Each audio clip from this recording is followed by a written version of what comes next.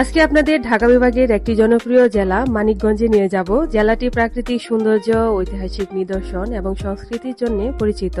মানিকগঞ্জের ঐতিহাসিক বালিয়াটি জমিদার বাড়ি, তেওতা জমিদার বাড়ি, ঈশ্বরচন্দ্র স্কুল, মানিকগঞ্জ এলাকার স্থানীয় খাবার, তারপর মেলাও ছিল। সবই থাকছে আমার ব্লগে। আবার পদ্মা নদীর সৌন্দর্য। সো মানিকগঞ্জের সৌন্দর্য দেখার জন্য আমার সাথেই চলুন। আমরা সকাল সকাল রওনা দিয়ে দিলাম। ঢাকা গাবতলী বাস স্ট্যান্ড থেকে অনেক বাসই পাওয়া যায় মানিকগঞ্জের উদ্দেশ্যে। আমরা সেলফিতে করে রওনা দিয়েছি। মানিকগঞ্জ বাস স্ট্যান্ড নামতেই অনেকগুলা টি শার্টের দোকান ছিল, সেখান থেকে একটা নিয়ে নিলাম। যদি পদ্মার পানিতে নামি, এই জন্য পূর্ব প্রস্তুতি আর কি।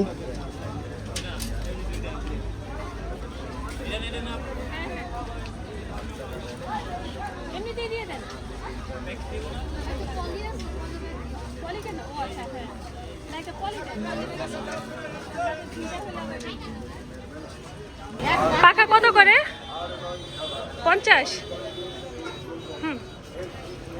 একটা পাখাও নিয়ে নিলাম, কারণ অনেক গরম ছিল, তো মাঝে মাঝে বাতাস করা যাবে এই জন্যে। দেন আমরা সিএনজি স্টপেজে সিএনজি ভাড়া ঠিক করছি যে কিভাবে যাব।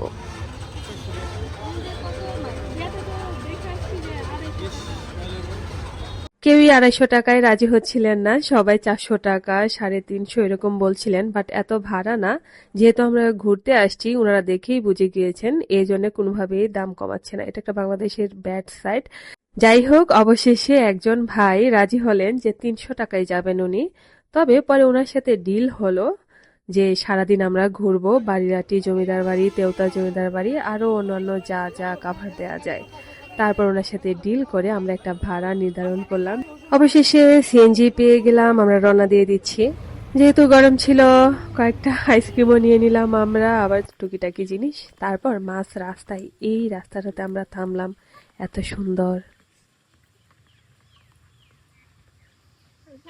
বাংলাদেশ মানেই সবুজের সমারোহ, তো আশপাশটা এত সুন্দর। তবে তামাক গাছ ছিল অনেক, চাষ করে মানিকগঞ্জে। দেখে একটু খারাপই লাগছে, বাট কিছু করার নেই। আর এটা হচ্ছে ঈশ্বরচন্দ্র স্কুল, মানিকগঞ্জের অনেক ঐতিহ্যবাহী একটি স্কুল। অনেক সুন্দর, বিশাল মাঠ সামনে, আমরা দেখেই একটু দাঁড়ালাম। আর এটা বালিয়াটি জমিদার বাড়ির পাশেই অবস্থিত। সচরাচর এত সুন্দর সবুজ ঘাসের মাঠ সহজে পাওয়া যায় না ঢাকার বাহির ছাড়া। সেজন্য এখানে একটু সময় দাঁড়ালাম, আশপাশটা একটু ঘুরে দেখলাম।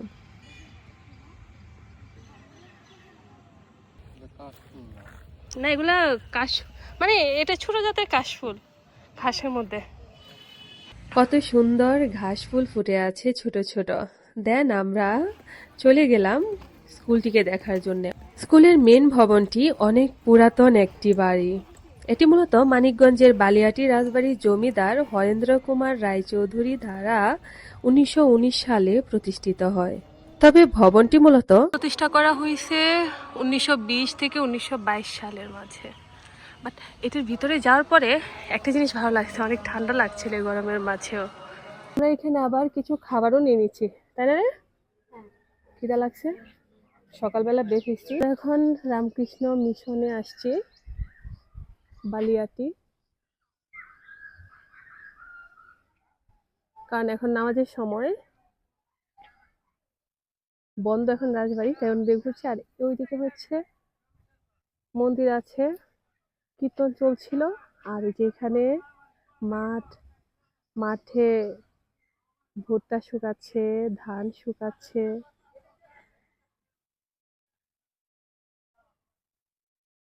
পুকুর, ঘুড়ি উড়াচ্ছে। সম্পূর্ণ গ্রামীণ পরিবেশ। আর যেহেতু একদম দুপুরের সময় ছিল, রাজবাড়িও বন্ধ, তাই আমরা এখানে অনেকটা সময়ে ছিলাম। এই মাঠটার পাশেই রামকৃষ্ণ মিশন এক সাইডে, অন্য সাইডে আরেকটি মন্দির আছে। আর এই নামগুলো লেখা যারা এই মন্দিরটি প্রতিষ্ঠা করেছেন উনাদের। এই মন্দিরটা বাহির থেকে দেখতে কিন্তু খুবই সুন্দর। আর শুক্রবার ছিল, পুজোর সময় ছিল না, বন্ধ ছিল, সেজন্য বাইরের সাইডগুলা দেখেছি। আর মন্দির মানে সেখানে ফুল গাছ থাকবেই। এখানেও আমরা একটু সময় নিলাম, ভালো লাগছিল। অনেকে এখানে কৃষি কাজ করছে, ধান শুকাচ্ছে, ভুট্টা শুকাচ্ছে। ফ্যামিলিকে নিয়ে। এর মাঝে আমাদেরও ইচ্ছা হলো যে আমরাও একটু কাজ করি, আর অনেকদিন এরকম করা হয় না, সেই জন্য আমরাও খুব এনজয় করছিলাম। হ্যাঁ, এটুকু। হ্যাঁ হ্যাঁ হ্যাঁ। একজন আপুর এই ধানগুলা, তো উনি বলছিলেন যে আমরা নাকি ভালোই করছি, কারণ আমি তো ছোটকালে এগুলা করেছি গ্রামে, ধানের কাজ। সব গুড় দিয়ে বানানো, গই বলে এগুলা। আগুন ধরানোর ক্ষেত্রে কাজ করবে রান্নার সময়। এগুলা হচ্ছে শুকনা মরিচ, হলুদ, এগুলা ভুট্টার খোসা। দাদি বলছেন ওনাকে উঠাতে, উনি নাড়া দিচ্ছেন ধান। যে ভুট্টা, এই যে দেখতে পাচ্ছেন, এটা কাঠ দিয়ে বানানো। ধান, ভুট্টা এগুলো একসাথে জড়ো করার জন্য এটা ইউজ করা হয়। ওনাদের দেখে আমারও ইচ্ছা হলো, সেজন্য আমিও কিছু ভুট্টা আলাদা করছিলাম।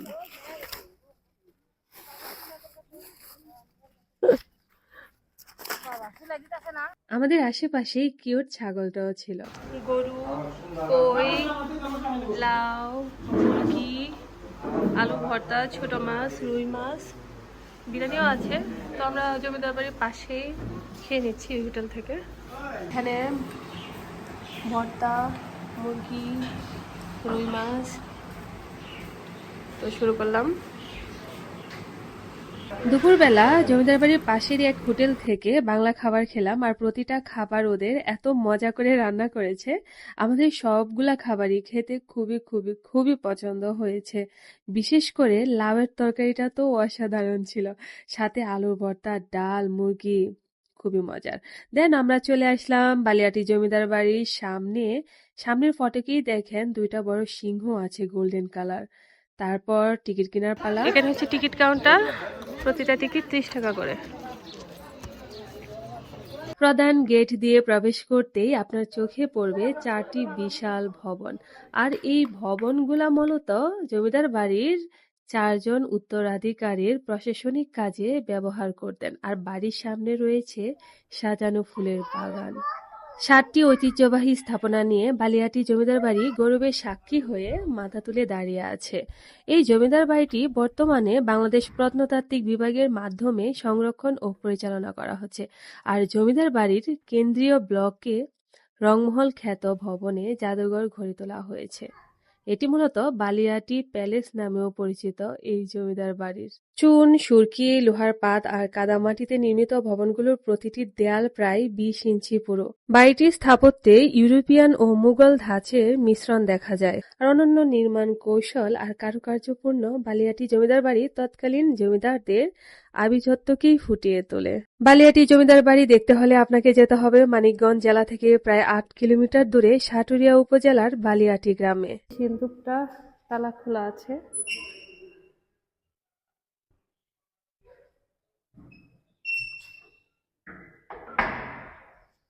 No mask, no entry, but অন্ধকার।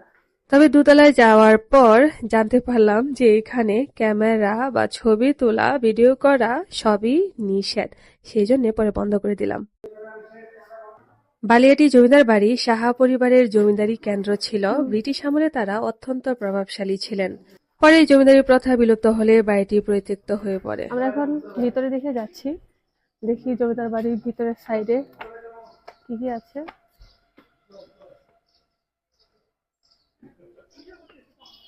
ওয়াও, খুবই খুবই সুন্দর।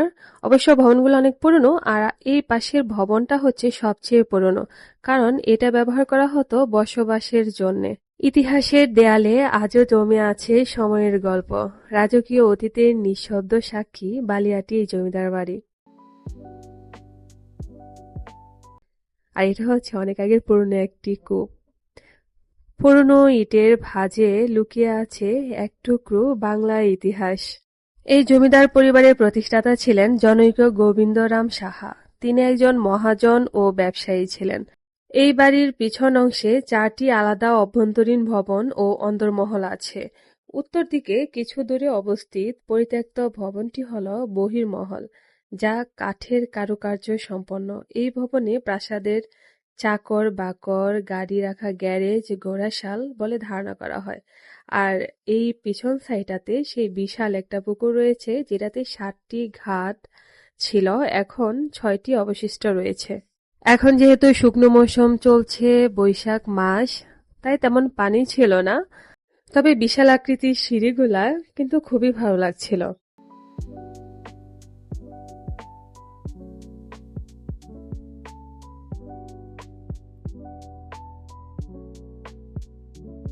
বর্তমানে প্রতিদিন অনেক দর্শকই আসে বাড়িটি ঘুরে দেখার জন্যে। সাপ্তাহিক ছুটি হিসাবে রবিবারে বন্ধ থাকে আর সোমবারে থাকে অর্ধ দিবস। নর্মালি শুক্রবারেও নামাজের সময় বন্ধ থাকে।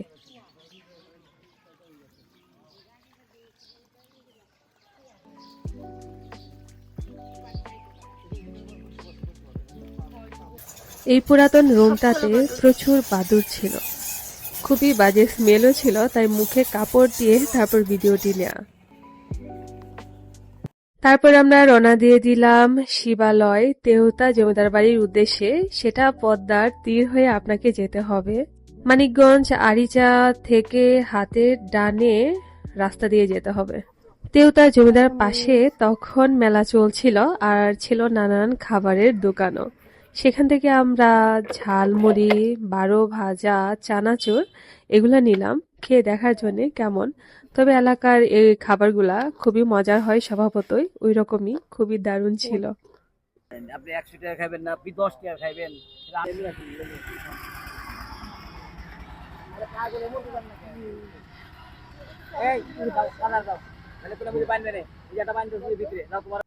তেওতা রাজবাড়ি, এর সামনে আবার বিভিন্ন রাইডস, আবার মেলা বসেছে বৈশাখ উপলক্ষে এই মেলা।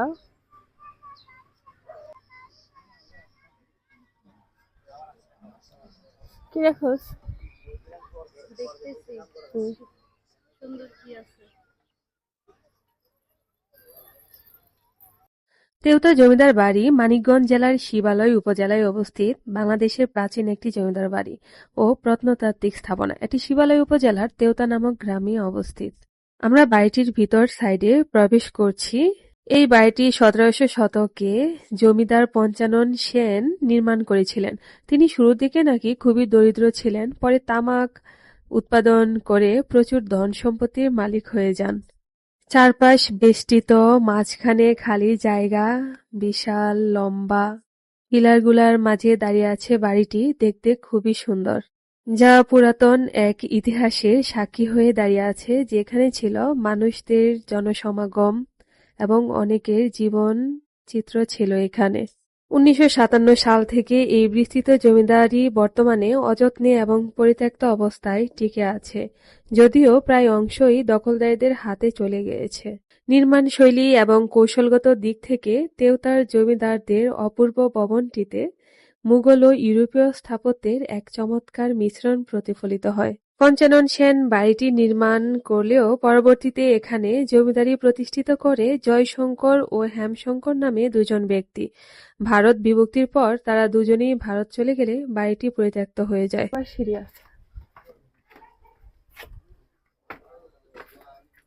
ও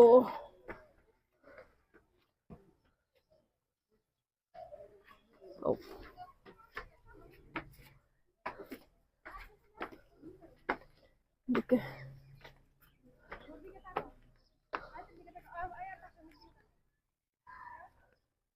আরো কয়েকটা বাড়ি আছে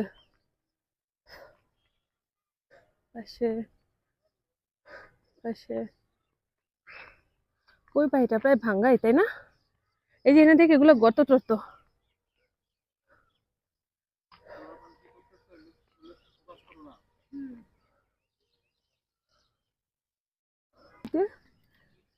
বিল্ডিং। তখন বিকাল ছিল, আর পরন্ত বিকালে পশ্চিম থেকে সূর্যটাও হেলে পড়ছে। সুন্দর একটা এনভায়রনমেন্ট ছিল ওই সময়। আর ওই দুটা ছেলে দেখেন কি সুন্দর, সবগুলা বিল্ডিংই একটা একটা করে টপকিয়ে একদম ওই সামনের বিল্ডিংটাতে চলে যাচ্ছে। এই বাড়িতেই রয়েছে দারুণ এক ইতিহাস, আমাদের জাতীয় কবি কাজী নজরুল ইসলামের স্মৃতিচিহ্ন। এই প্রাসাদেই নাকি নজরুল প্রমীলা দেবীর প্রেমে পড়েন এবং লিখেছিলেন তুমি সুন্দর তাই চেয়ে থাকি প্রিয়, সে কি মোর অপরাধ। অনেক খেজুর আসছে গাছটাতে। তো আমরা যে বিল্ডিংটা ছিলাম সামনের দিকে ছিল ভবনটা, এর পিছনেই ছিল আরেকটি ভবন। এটাও সুন্দর করে একই রকম চারপাশে দেয়াল, মাঝে বিস্তর জায়গা আর ভবনটি তৈরি করেছেন। এই যে এই জায়গাগুলোতে প্রদীপ রাখতো যাতে আলো থাকে রাতে অন্ধকারে। কত সুন্দর। সম্পূর্ণ বাড়িটিতে এই বারান্দা আর এই রাস্তাটা আমার খুবই পছন্দ হয়েছে। তেওতা জমিদার বাড়ির মোট ৭.৩৮ একর জমি নিয়ে স্থাপিত। সবগুলো ভবন মিলিয়ে এখানে মোট কক্ষ রয়েছে ৫৫টি। আমরা বাড়িটি থেকে বের হয়ে সামনের দিকে চলে আসছি। এখানে একটি কূপও ছিল মনে হয় অনেক আগের, এখন ময়লা ফেলে রাখছে। মূল প্রাসাদের চারপাশে রয়েছে বিভিন্ন স্থাপনা। বাড়ির সামনেই রয়েছে একটি নট মন্দির, যেখানে দোল পূজা হতো সেই সময়ে। এই মঠের সামনে তেমন কিছু লেখা ছিল না, সেজন্য আমাদের শুরু থেকে খুঁজতে প্রবলেম হয়ে গিয়েছিল যে আসলে এটা কিসের জন্য বানানো আর এখানে কি হয়েছিল। তারপর জানতে পারলাম যে এটা হচ্ছে পুজোর জন্যে, দোল পুজোর জন্যে বানানো। আবার বাড়ির সামনের পাশটাতেই রয়েছে বিশাল এক বড় পুকুর, সেখানে আবার ২টি বাঁধানো ঘাটও রয়েছে।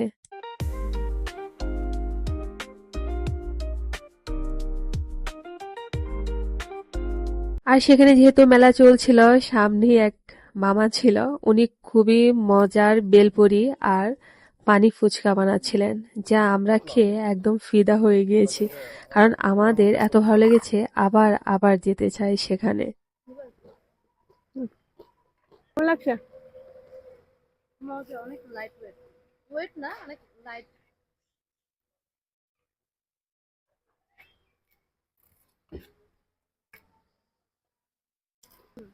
মামা হ্যাঁ? মিষ্টি খাবেন না ঝাল টক খাবেন? মিষ্টি চিনি, ডাইরেক্ট চিনি হয়ে যাবে। হাসি পানিপুরি। হুম, জায়গা হয় না। অনেক ঝাল। যারা ঝাল পছন্দ করে ওরা এটা খেলে পাগল হয়ে যাবে গা। খুবই মজা। এটা খেলে দাঁত ছেড়ে যাবে।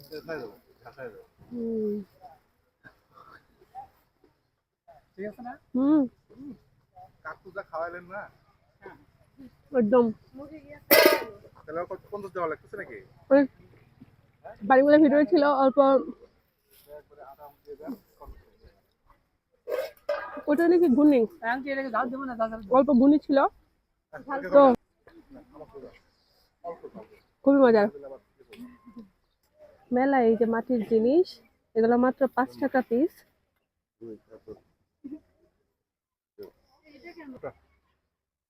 হ্যাঁ, এটা সুন্দর। তিনটে এগুলা কত করে? 30 টাকা একদম।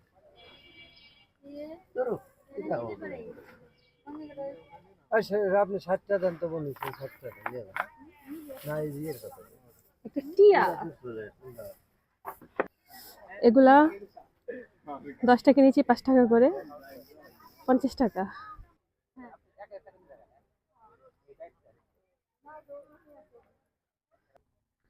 পদ্মা, ওয়াও, একটা সন্ধ্যার সময়, তারপর হচ্ছে পদ্মা, মাছ, নদী সবসময় সুন্দর, সন্ধ্যায় তারও বেশি সুন্দর। ওরা গোসল করতেছে।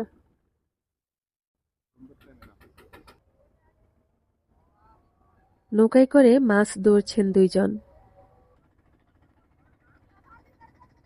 নদীরও একটা শব্দ আছে, সেটাই শুনছি চুপচাপ।